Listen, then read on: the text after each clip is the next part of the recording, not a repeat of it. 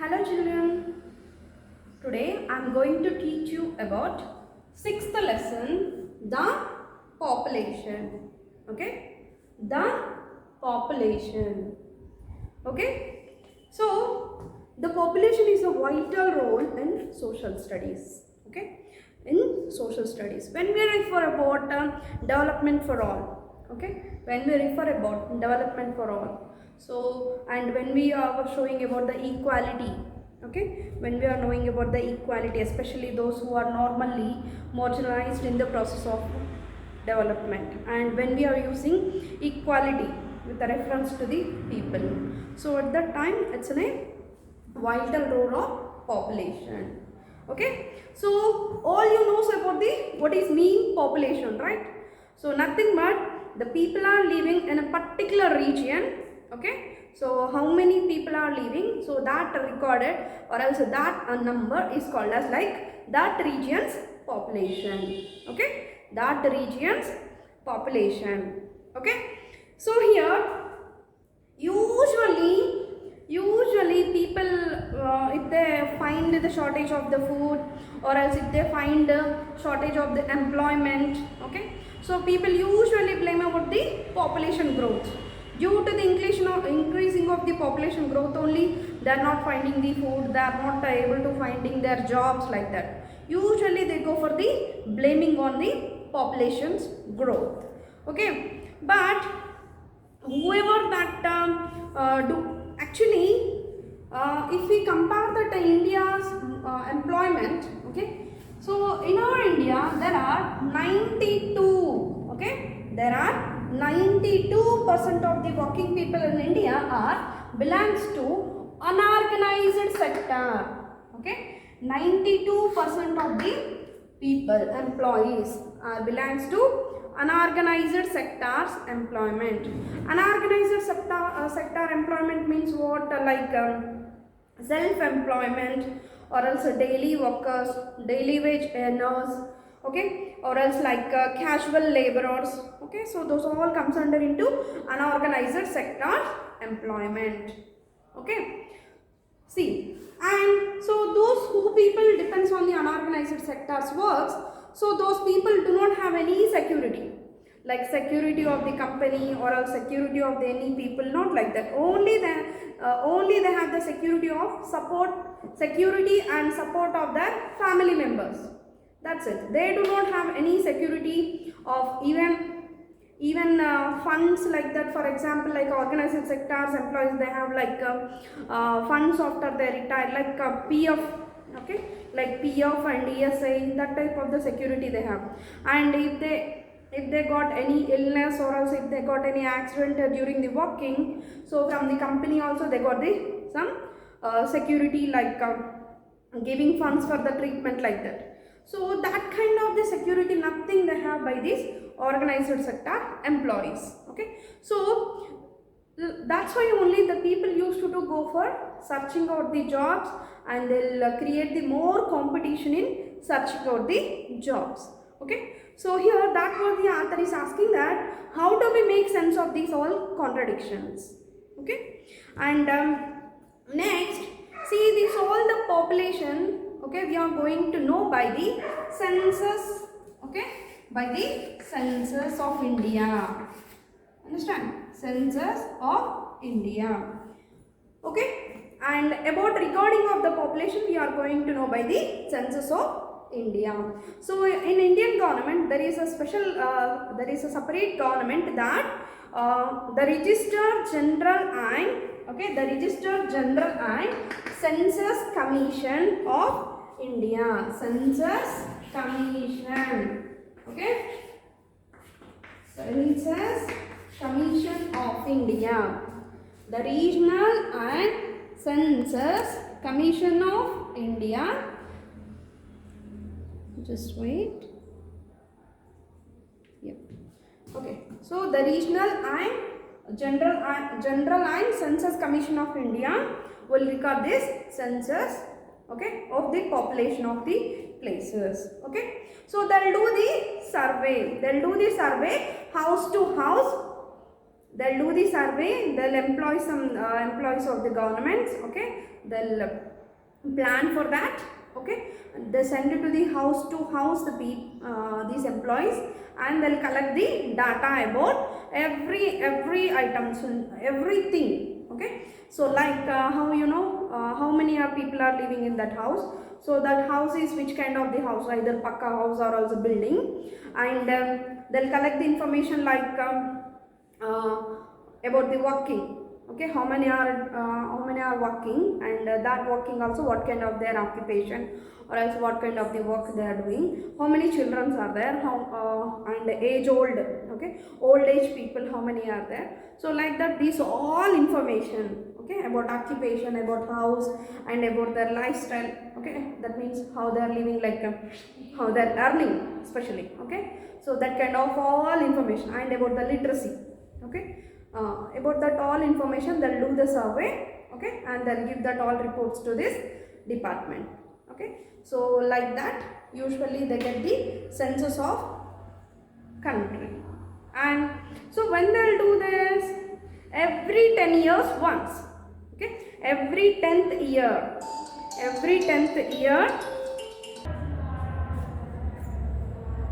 yes, okay. So Regional General and Census Commission of India organize all this collection and recording of this information, okay. So all right, so when they'll do conduct a SECU at the every 10th year, okay. So usually first in our India, okay, in India, first census was taken in 1872, but the first complete census was taken in 1881, okay. The first complete census was taken in 1881.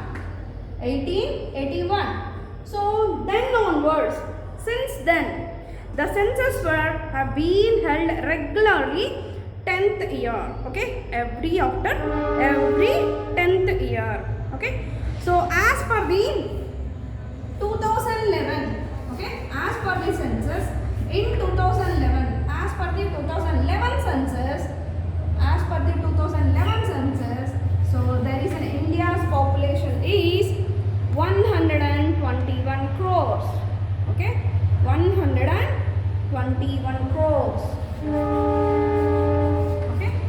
So actually they do the survey in the census, so usually they get the all this, okay, 121 crores of population as per the 2011 census. So usually what I told you, the census usually calculates every 10th year. So that means in the 2021 we'll get this census record, okay. And but we all have updated with the Aadhaar usually every birth and death, okay, usually updated in the Aadhaar, no. So even by the Aadhaar also, okay, not before the recorded announced by this department also, now it is also available in the online, okay. So not exactly by year ending, by this 2021 year ending will come to know that total population of India, but now as it is in the online recorded all the data, okay, but now as it is in the recorded in the online data is 139 crores. Each by year wise they usually calculate. So comes to this 113, comes to this 2021, it is 139 crores, okay. So every year if you gonna search, okay, if you gonna search in the internet also, it's available each year wise the census, okay, each year wise the population of India we can know, okay, by the online, understand. So in this they usually calculate that, so in this they usually calculate that even every woman and man, child and old age, everybody's know. So like that, as per the 2011 data they have given here, okay. So out of 121 crores, so 62.37 crores of men and 58.64 crores of women. Okay. So next, how does the census show? So the census, how does it shows? Okay. So actually, age structure, okay, comes to first age structure. By the age structure, it will shows that all the information about the population. And next about sex ratio, like means female and male ratio, and literacy rates, okay, and as well as literacy rate also they'll show, and the working population also they show by the census, and as well as they show by the population density, and they show by the changing population size. That means year to year how much it is changed, either it is increased, either it is decreased, in which it was decreased, like that all information also we'll get to know by this census. Okay. So first comes to the age structure. Okay. First comes to the age structure. Age structure.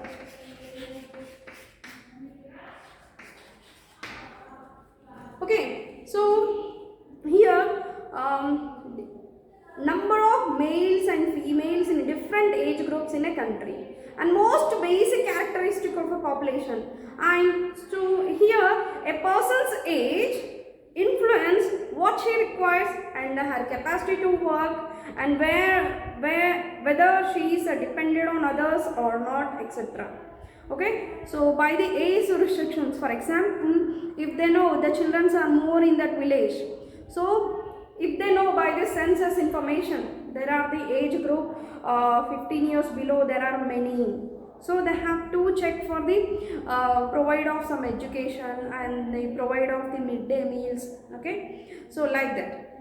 So that's why by the age structures, and if they know that females who are belongs to unorganized sectors jobs, if they are, so they'll go for the according to this census records, government implement some more other plans. So that's why by the age wise also they'll go for the structures. And if they know that after complete India's population, if they know that the old age people's strength is more, so they'll go for the pension plans, or also giving some other plans and the programs. So depends on all this census recorded only, they'll go for the implementing plans for the development of the people. So that's why they go for the age structures.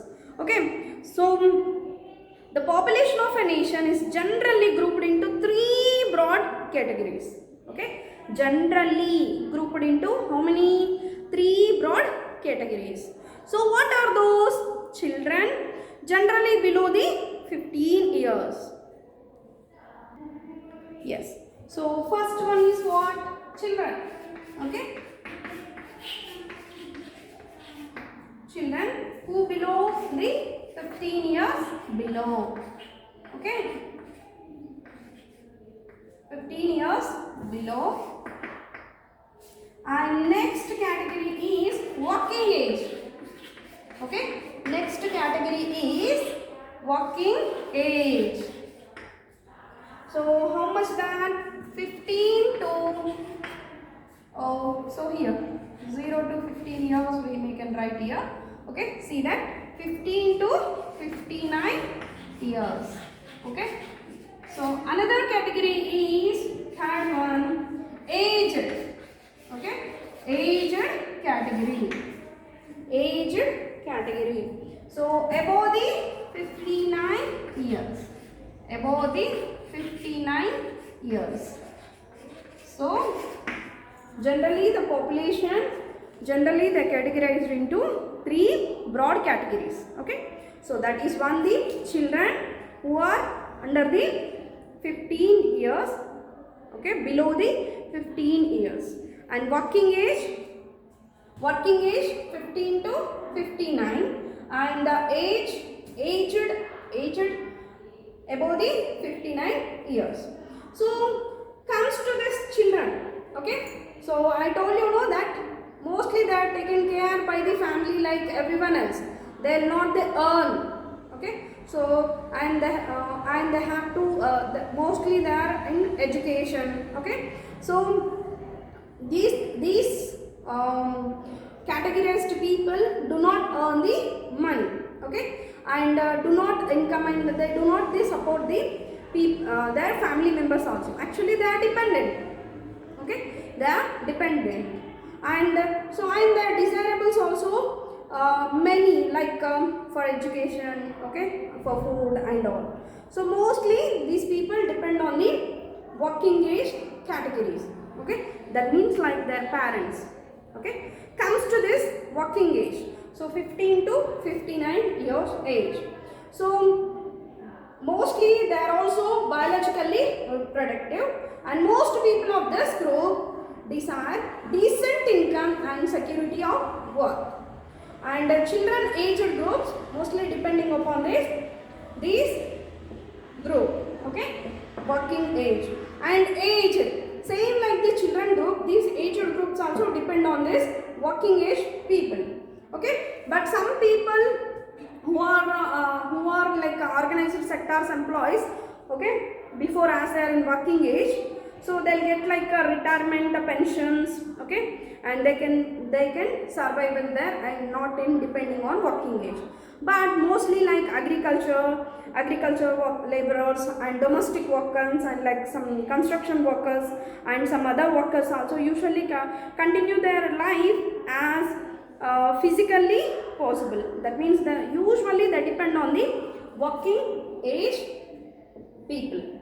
Okay, so both, and they need everything, for example their medical expenses and their food. Okay, so for their clothing and for their house, everything, these two age groups are depending upon this working age category. And okay, so this is that broadly categorized of these three variations of, okay, age structure. And next they have given here sex ratio. That means here, that is nothing but, okay, so that is nothing but, it is telling about a number of females, okay, number of females per the 1000 males in the population. Okay, okay, so this is nothing, this ratio is nothing but number of females per the 1000 males. Okay, so this information particularly needs about the, where it is an indicator to extend about the equality between the men and women in a society. Okay, men and women in society. So here, and we noticed that number of females in India has consistently been lower than that of males. Okay, so that means the females ratio became down than the men by gradually if we observe. Okay, so these ratio they are shown in a percentage wise. Okay, so why? Because of in the society they'll show the discrimination between the male and female. In Indian society they show the discrimination between male and female, and in each family they'll give the priority more for the men education than the women education.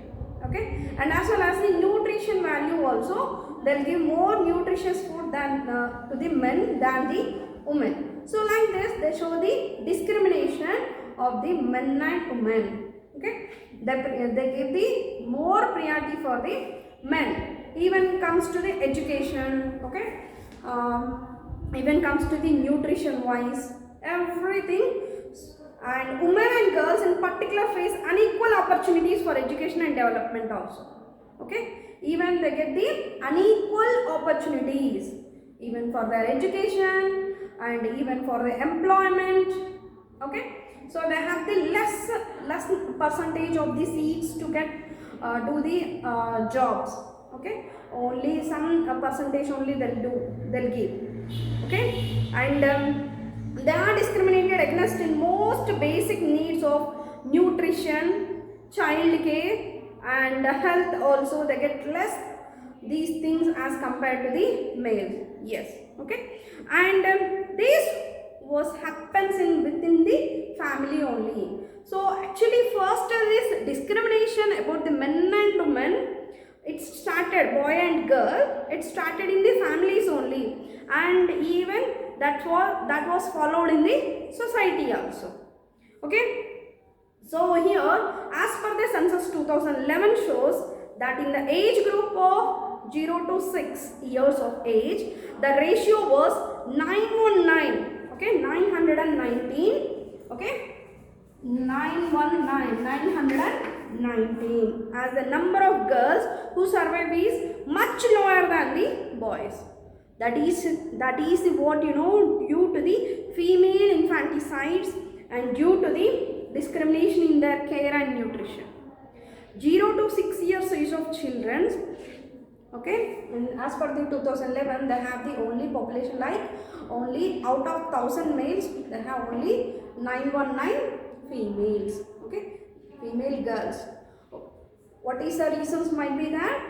Maybe the infanticides, that means after the immediately birth they are taking on to the death of that girl child, and another one, improper care and improper nutrition, okay.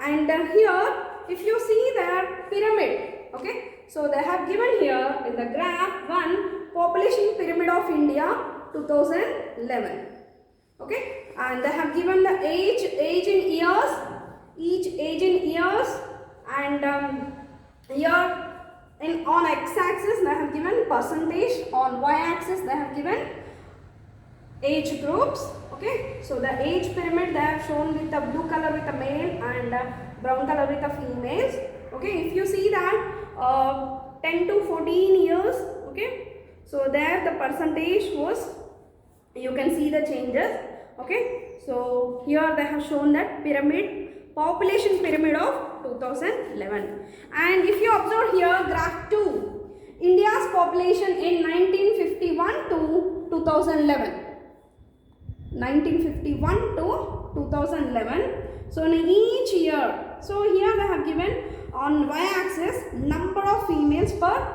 1000 males, and on x-axis they have given years from 1951 to 2011.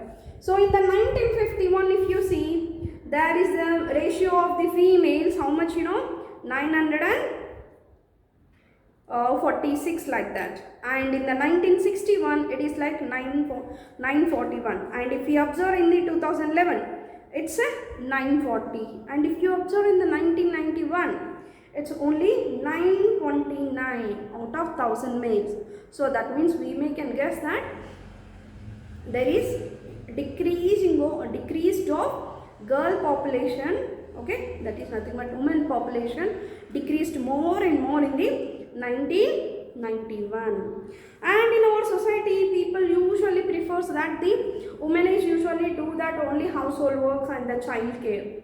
They did not give the more priority for the work for the women to interrupt in the social activities and even political events, okay. And they feels that the people of our society feels that the woman child is a burden. Woman child is burden, and the male child is the continuation of that generation. So this is one of the blind view and the blind information they kept in their mind, and that is creating the discrimination of men and women, okay. And they show in some places the quite violence to the girl child in their families, and they'll give more priority of the education and the nutrition wise to these boys in their families, okay. So okay, next is about the literacy rates, that means education rates, okay.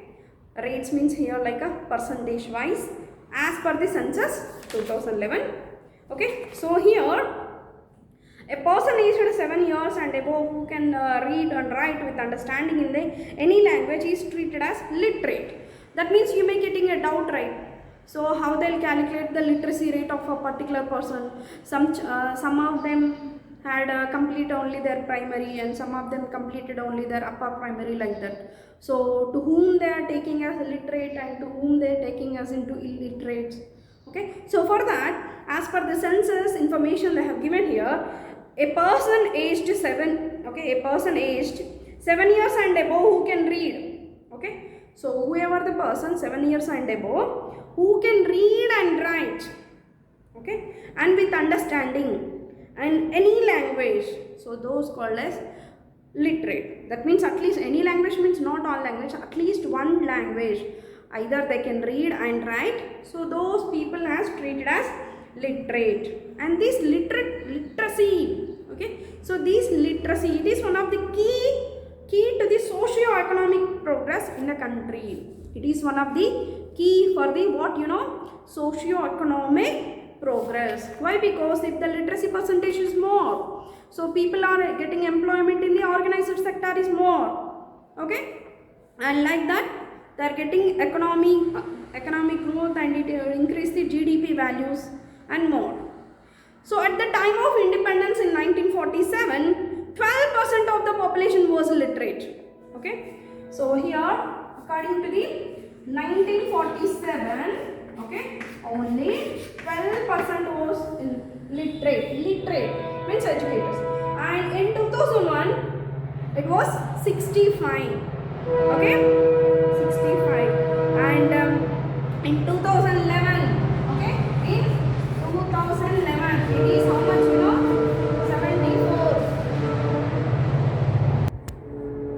So in the 2011, if you see, there is literacy rate, okay, literacy percentage how much, 74, okay, 74% the people are literate, that means educated. And out of this 74%, literacy rate for men 82, okay, literacy rate for men 82%, and literacy rate for women only it is 65%, okay.